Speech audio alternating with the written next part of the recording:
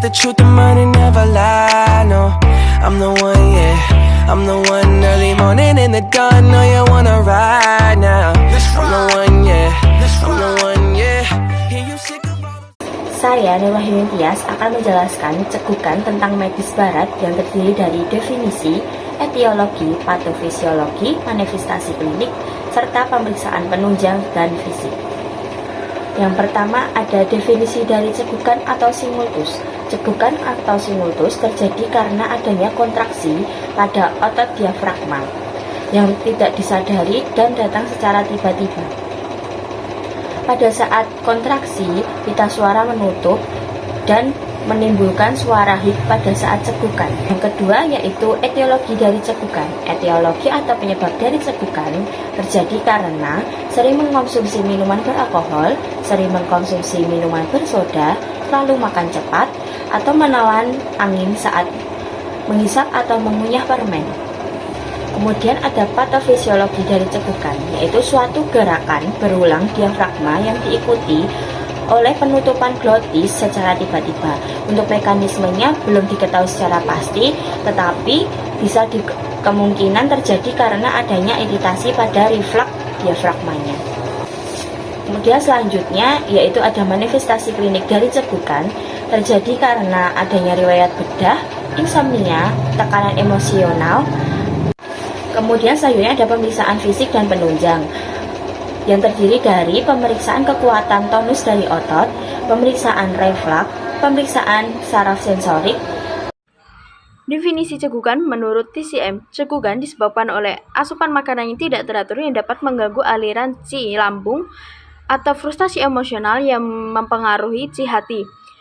Jika lambung terlalu terpapar dingin seperti makan makanan mentah atau yang bersifatnya dingin dan obat-obat yang bersifat dingin, maka yang lambung akan menetap dan tidak dapat beredar ke seluruh tubuh, yang menyebabkan ci lambung bergerak ke atas dan menyumbat paru-paru. Etiologi cekukan dibagi menjadi dua tipe. Satu, tipe ekses yang disebabkan oleh angin dingin, diet yang tidak tepat atau cedera mental. 2. Tipe defisien yang disebabkan oleh demam atau penyakit kronis. Patofisiologi cekukan. Patofisiologi cekukan berhubungan dengan lesi pada refleks art. Lesi refleks art terdiri dari 3 komponen. Pertama, jalur utama afferent nervus vagus, nervus phrenic, serat nervus simpatik ke sinyal sensori somatik dan visceral. Afferent utama yaitu perut, esofagus, dan faring, dan afferent esensial yaitu otot inspirator dan faring lobe. Di sini saya akan menjelaskan diferensi sindrom pada kasus cekukan. Diferensi sindrom pada kasus cekukan itu ada berapa sih? Nah, sindrom pada kasus ini ada 4, yaitu yang pertama ada patogen dingin menyerang lambung, yang kedua hiperaktivitas ci hati menyerang lambung, yang keempat defisiensi yin lambung, dan yang terakhir serangan pada lambung oleh karena defisiensi yang pada limpa dan ginjal.